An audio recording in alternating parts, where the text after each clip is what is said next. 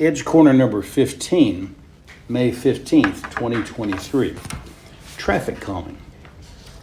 A major initiative of the current mayor is pedestrian safety. Pedestrian deaths are up in Nashville and nationwide, but Nashville has the highest per capita pedestrian death rate among our peer cities. This led to the creation of the nationally being implemented Vision Zero plan. One piece of the plan is an update of the traffic calming program out of NDOT, the Nashville Department of Transportation, which means designing and funding traffic calming plans immediately and ongoing, including making up for plans delayed by COVID. The byword, robust. A step was, a couple of years ago, reducing the default speed limit in the urban zoning overlay from 30 to 25 miles an hour. Some areas outside of the UZO have also seen reductions. Another was that Metro has started funding and has funded and started the design process on dozens of traffic calming projects countywide. Each project area has been holding community meetings to event ideas and objections and to garner support for them.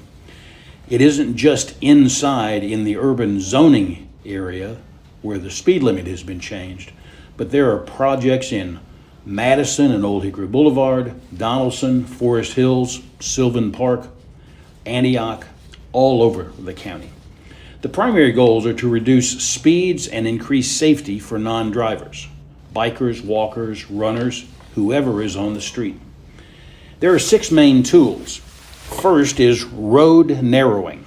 That is, narrow the street's line of focus with bike lanes and street trees. Narrowing a road tends to slow drivers down.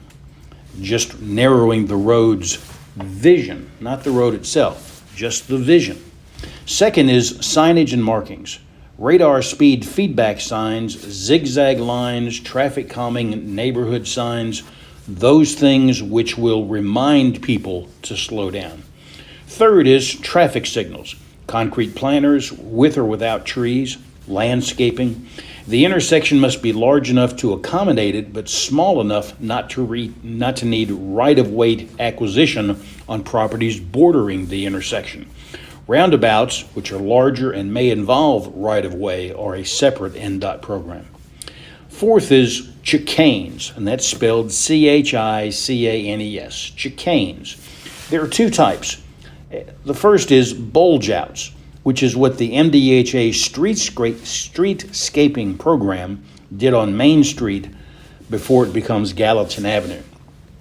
And B, down to 1 lane, where 2 lanes go to 1 lane and one must yield to the other, as in Belmead on the hidden end of Linwood Boulevard and Linwood Terrace, and on Shelton Avenue in Englewood.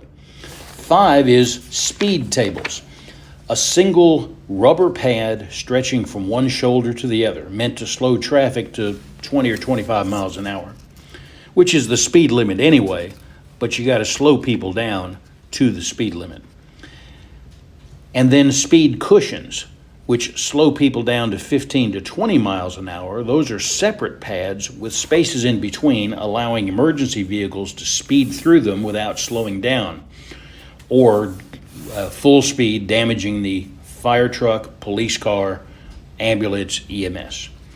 NDOT's selection criteria is based on safety and crash histories, fatalities are a factor, average speeds posted and those actually clocked, neighborhood destinations, attractions like libraries or parks or schools, entertainment venues, places to which people would walk, and the presence or absence of transportation infrastructure such as sidewalks. Crosswalks and traffic signals are in a different program. You would be well advised to learn about these tools now to make them part of your development plans. Just as the city will start to require you to include crosswalks and such in your plans, and you will pay for them, as an outgrowth of Nashville Zero, so the same will hold true for traffic calming measures. One day, you will use at least one of these 6 tools, so get used to them now. I'm Ed Branding.